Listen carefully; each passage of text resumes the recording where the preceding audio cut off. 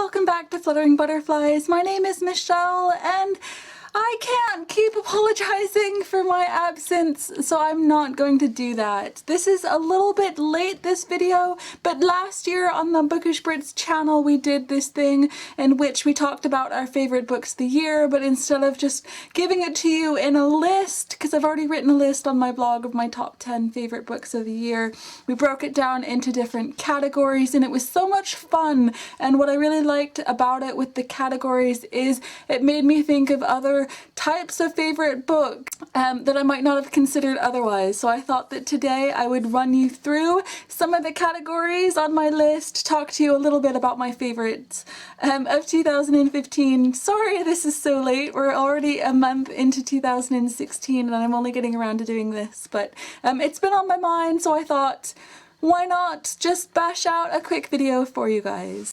Alright, so the first category on my list is middle grade fiction, and that wasn't something that appeared on my top 10 of 2015 already, so that's kind of why this was so much fun to do and to think about. And for this I'm definitely choosing Jessica's Ghost by Andrew Norris. It was a book that I didn't feel was talked about as much as it should have done in 2015. A really cute gentle story about mental health issues for a little bit younger than a YA audience. It was really, really sweet. It was about being okay with being different and finding that place to belong and being okay within yourself. I loved it so much. It was a complete surprise to me. The next category is historical fiction, and I don't know how many of you know that's not something that I read quite a lot of, but for this category I'm really surprised that I'm choosing 3 books, and those 3 books are Poppy in the Field by Mary Hooper, The Curious Tale of the Lady Caribou by Katherine Johnson, and Liberty's Fire by Lydia Seizen. For some reason, just all 3 of these books just really stood out for me this in 2015. I was so looking forward to Poppy in the Field. It's the second book in a duology following a volunteer nurse during World War II, and it was just so evocative of the time period, the nurses, the hospitals, the front line, the changes in women's roles and attitudes and place in society, just everything about it. I loved the friendships and this cute romance. I really loved The Curious Tale of the Lady Caribou.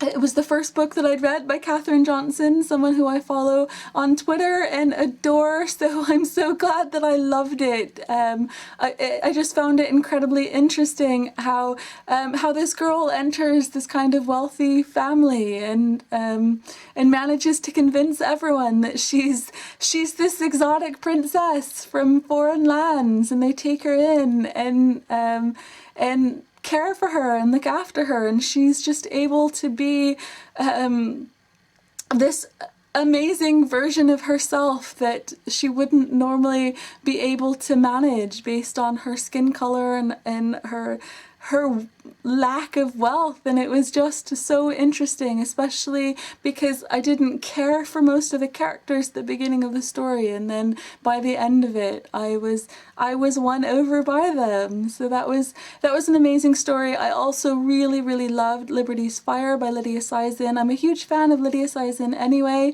and this is the story of a revolution in Paris that I didn't know about, and it tells the stories of 4 different characters who meet and their lives intertwine with the political upheaval of this revolution as the backdrop to their stories. And I loved it. It was so fascinating, and all of the different friendships and relationships between the 4 characters really tugged at my heartstrings. The next category on my list is adventure, and I remember last year when I was trying to pick for the Bookish Brits videos, I was thinking adventure is so not a category that I've ever really considered at all.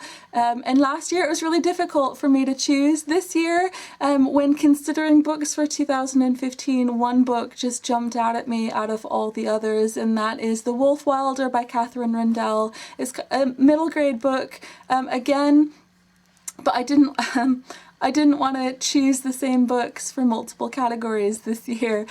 So I'm definitely choosing The Wolf Wilder as my favorite adventure story of 2015. I loved the setting in this sort of fictional Russia in which this girl and her mother train wolves to become wild again after being pampered by the aristocracy and kind of ruined for living in the wild. And she goes on this this wonderful journey towards rescuing someone very close to her, and I loved it so very much. There's something really beautiful and magical in Katherine Rundell's writing style, and I really fell in love with The Wolf Wilder. The next category on my list is debut book. This was so hard to choose, but I've narrowed it down to two amazing debut authors in 2015, and that is Dawn Kurtagich with The Dead House and Lauren James with The Next Together. And I absolutely adore both of these authors as well as their books. But they're very different from each other. The Dead House is this wonderful psychological kind of horror story in which we're dealing with a character with dissociative identity disorder and also sort of evil spirits and all sorts. It was a really fascinating book to read. It was incredibly creepy. I was quite uncomfortable reading it in parts, but it was also incredibly emotional. I loved the two main characters and how they interacted with each other. I loved the friendships that started forming. So very good. It was one of those books where I didn't know what was going to happen next. Everything just felt like such a surprise. And my other debut pick was The Next Together by Lauren James. This is a time travel romance story in which we see the same couple meeting and falling in love in these different time periods, and it was just so utterly cute. Just the way each of these couples is written over time was so adorable. I read this book and I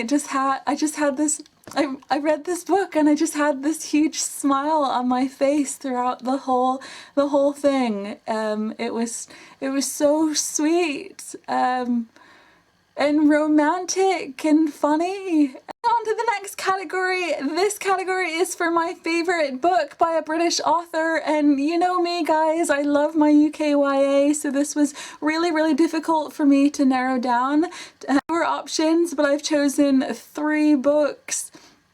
The first is Fire Color 1 by Jenny Valentine. I love Fire Color 1. I thought it was an amazing book about art and family and love and being authentic. Beautiful writing style and how emotional I felt about the storyline and the characters and everything going on. I thought it was incredible, and I really love that I was able to meet Jenny Valentine this year and have my book signed. So also really loved House of Windows by Alexia Casali. I love the setting at Cambridge University. I love how the main character is this really prickly boy with this attitude problem, and he comes across as being unlikable, and then slowly over time I realize how much I actually care for him and his situation and the people that in his life. I love that the book is about redefining what family is and finding that place to belong. So it just touches on so many things that I love about books, and what I want to read from books, that it had to be on my list of favorites. I've also chosen It's About Love by Stephen Camden, about 2 students who meet at a film studies course, and they write a screenplay together, and it's about being creative, and it's about friendship and love and family and the place that you grew up in, and so many different things. I really loved that one. Next next category is romance, and for this I definitely have to choose Simon versus the Homo Sapiens Agenda by Becky Albertalli. God, I loved that book. Simon and Blue. Honestly, I read this book ages ago, and you know, so many months later, and I'm still gushing over how romantic and just wonderful Simon and Blue are. A definite favorite. For this category, I'm also choosing Firewalker by Josephine Angelini, just because it was another one of those books where I was just completely swept away in the world, in the characters, and definitely in this romantic relationship, which was pretty intense going. Favorite contemporary read of 2015 is The Astrologer's Daughter by Rebecca Lim.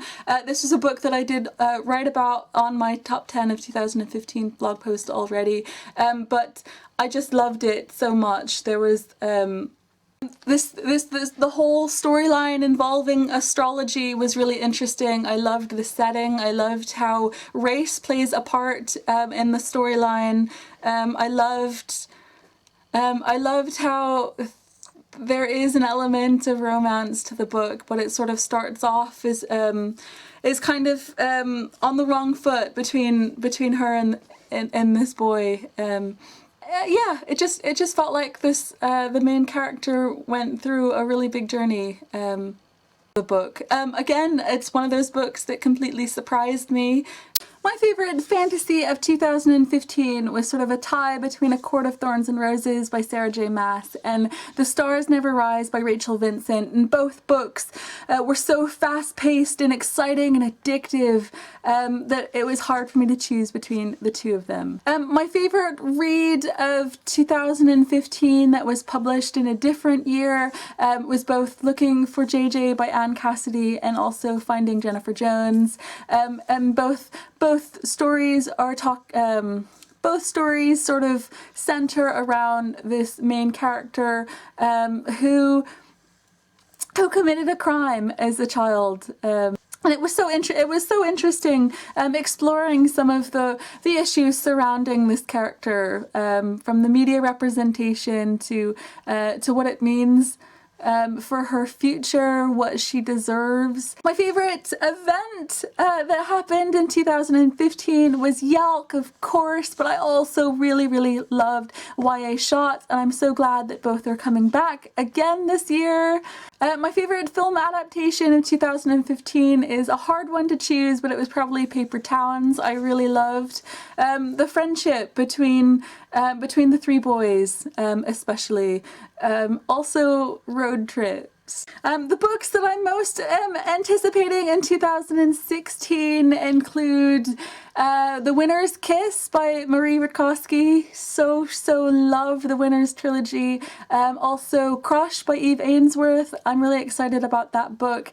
And also Maladapted by Richard Curdy, which I don't know very much about, but I just loved his first book so much that Maladapted jumps to the top of my TBR pile, TBR wish list anyway, in 2016. So that's it from me today. I hope you have enjoyed this sort of brief look at some of my favorites of 2015. Thank you so much for watching, and I will see you again next time.